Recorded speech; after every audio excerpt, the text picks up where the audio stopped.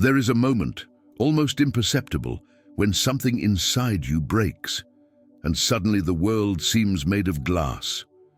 The shapes are still there, the streets, the people, the conversations, but there's something behind it all, something you had never seen before, and in that instant everything changes. You haven't woken up from an ordinary dream, you've woken up from the dream of reality, and like every profound revelation, your first urge is to tell. To tell someone, anyone, to say, "I've seen it, I understand, everything is one." But soon you realize the abyss. Words can't hold what you've seen. What seemed like a blessing becomes a solitude, because there is no language capable of translating the unspeakable. Alan Watts used to say that trying to explain awakening is like pouring the ocean into a teacup. What remains isn't the sea, just the noise of waves. And then silence is born, a silence that is not empty but full, as if the entire universe were breathing inside you. And in that silence, understanding arises. There are truths that were never meant to be spoken, not because they are forbidden, but because they are lost the moment they're explained. Today, we'll talk about those truths, 5 things the awakened man must keep in silence, not as a secret, but as reverence to the mystery. Chapter 1. The first thing not to be shared, the direct experience of awakening. When awakening arrives, it doesn't come with heavenly trumpets. It comes as a cutting silence, as if someone had lifted the veil that covered existence. Suddenly, you see, not with your eyes, but with your soul. Everything reveals itself as a dance without a dancer, a river without banks, a game where there are no players, only the game unfolding. And in that instant, an irresistible force rises within you, the urge to tell the world what you've discovered, to show others what has always been before their eyes. But then something curious happens. No one understands. You try to explain, and the other looks at you with compassion or fear. They hear your words, but not the sound behind them. Alan Watts used to say that trying to describe awakening is like trying to describe water to someone who's never been wet. You can speak of its transparency, its lightness, the feeling of floating, but until someone steps into the water, all you say will be just sound without experience. And the more you try to speak, the further away what you lived seems to become. Awakening starts to feel like a memory, not a presence. The ego slips in and says, "Look, now you're different, now you know." But true awakening creates no division.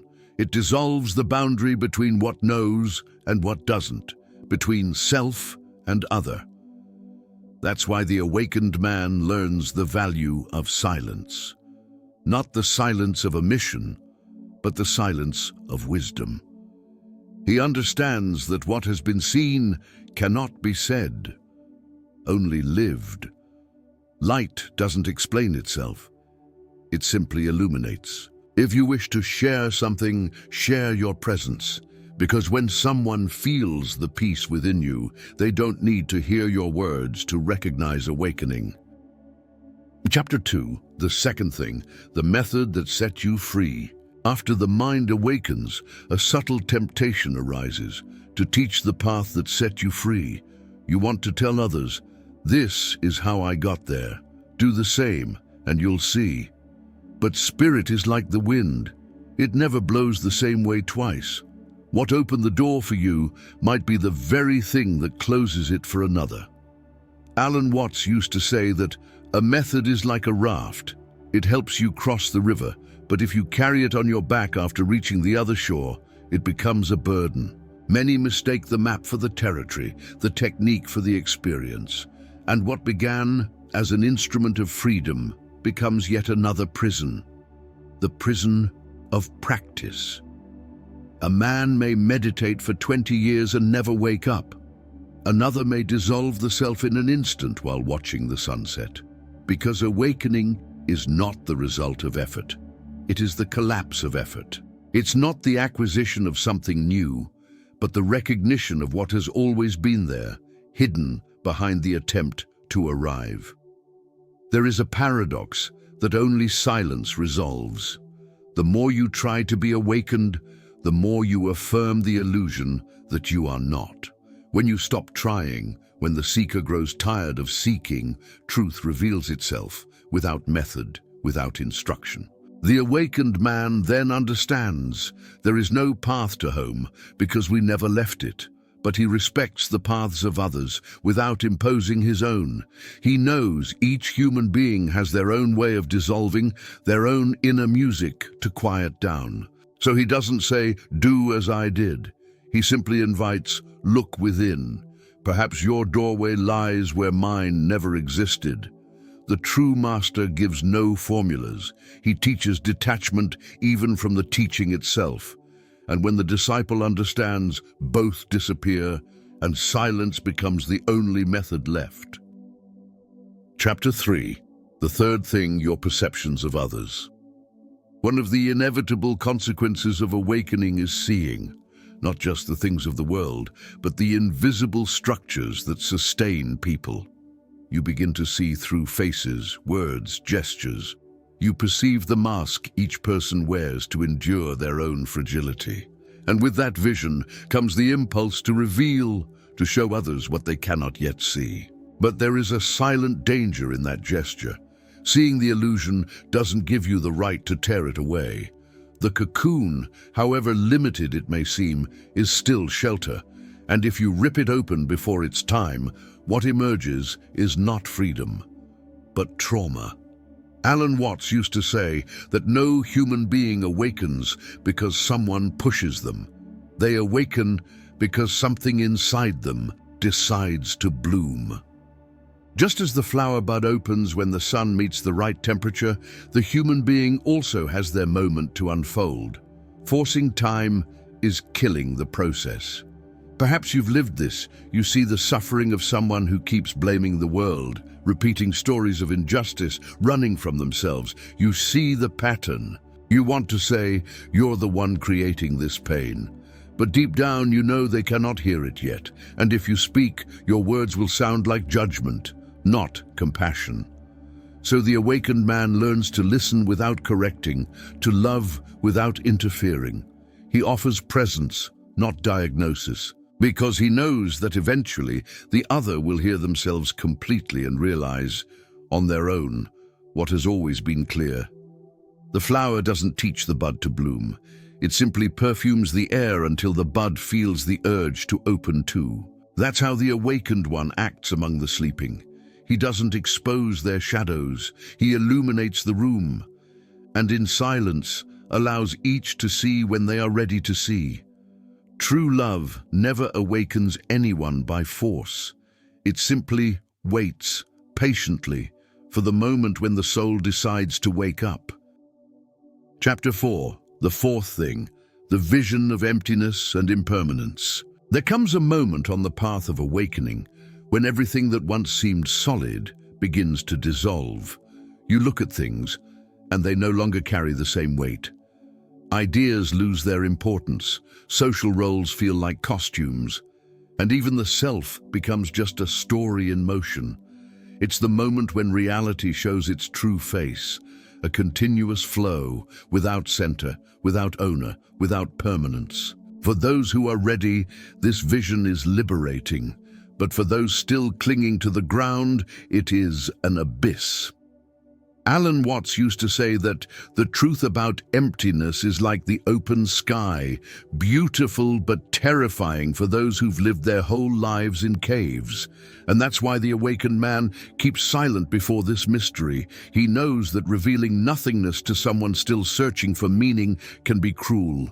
Try telling someone there is no separate self, that everything is just a play of appearances, and you'll see fear arise in their eyes. For the ego, emptiness is death. But emptiness is not absence.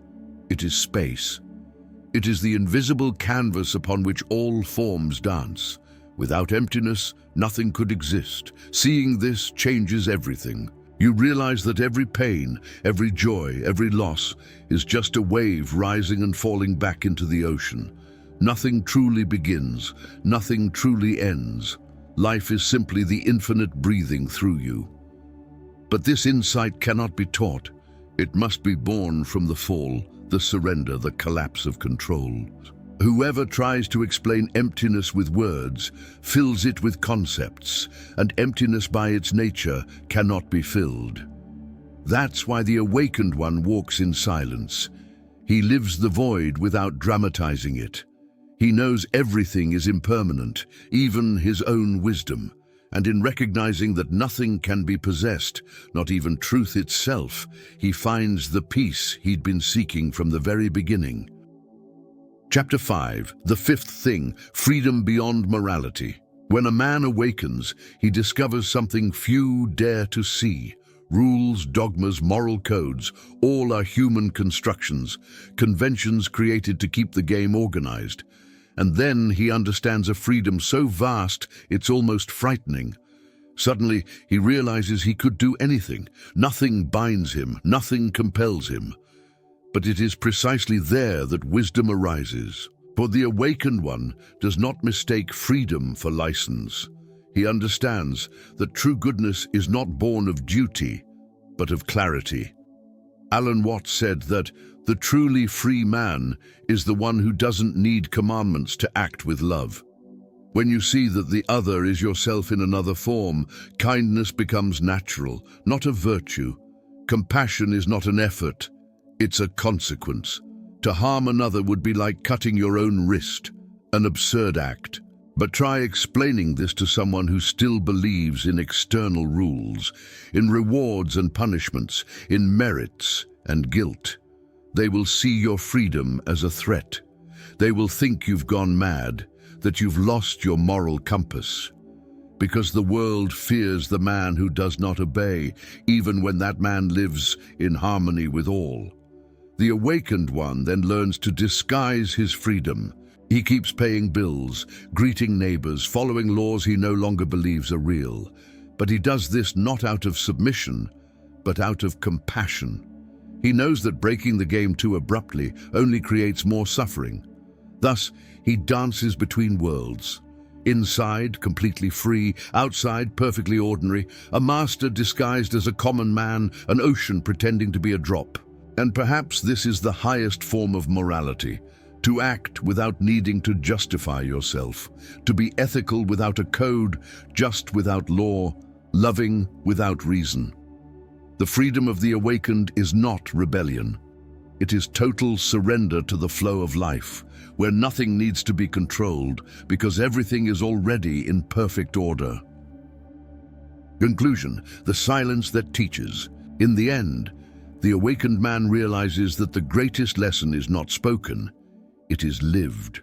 Words always touch the surface of truth, but never its center. What transforms is not the discourse, but the presence, because presence is the language of the soul. Alan Watts said that the sage doesn't try to convince, he invites.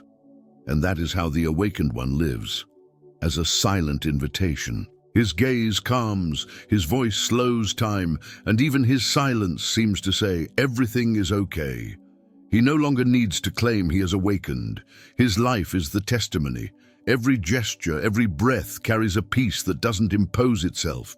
It simply radiates, and whoever meets him feels something strange, and as if for a moment the whole world stopped fighting with itself. The 5 truths he keeps in silence are not secrets, they are fragrances. You can feel them in the air but never bottle them. Awakening is like that. It doesn't communicate through concepts, but through vibration, through presence, through lightness. That's why the awakened man speaks little and observes much, not because he is distant, but because he understands that silence is the purest form of love. When you grow quiet, life speaks through you. And perhaps that is the true teaching, to live awakening in silence, not as one who hides, but as one who reveres the mystery that will never be explained. If something inside you awakened while hearing these words, keep it tenderly. Do not tell, do not proclaim, just live, because true awakening makes no noise, it only illuminates.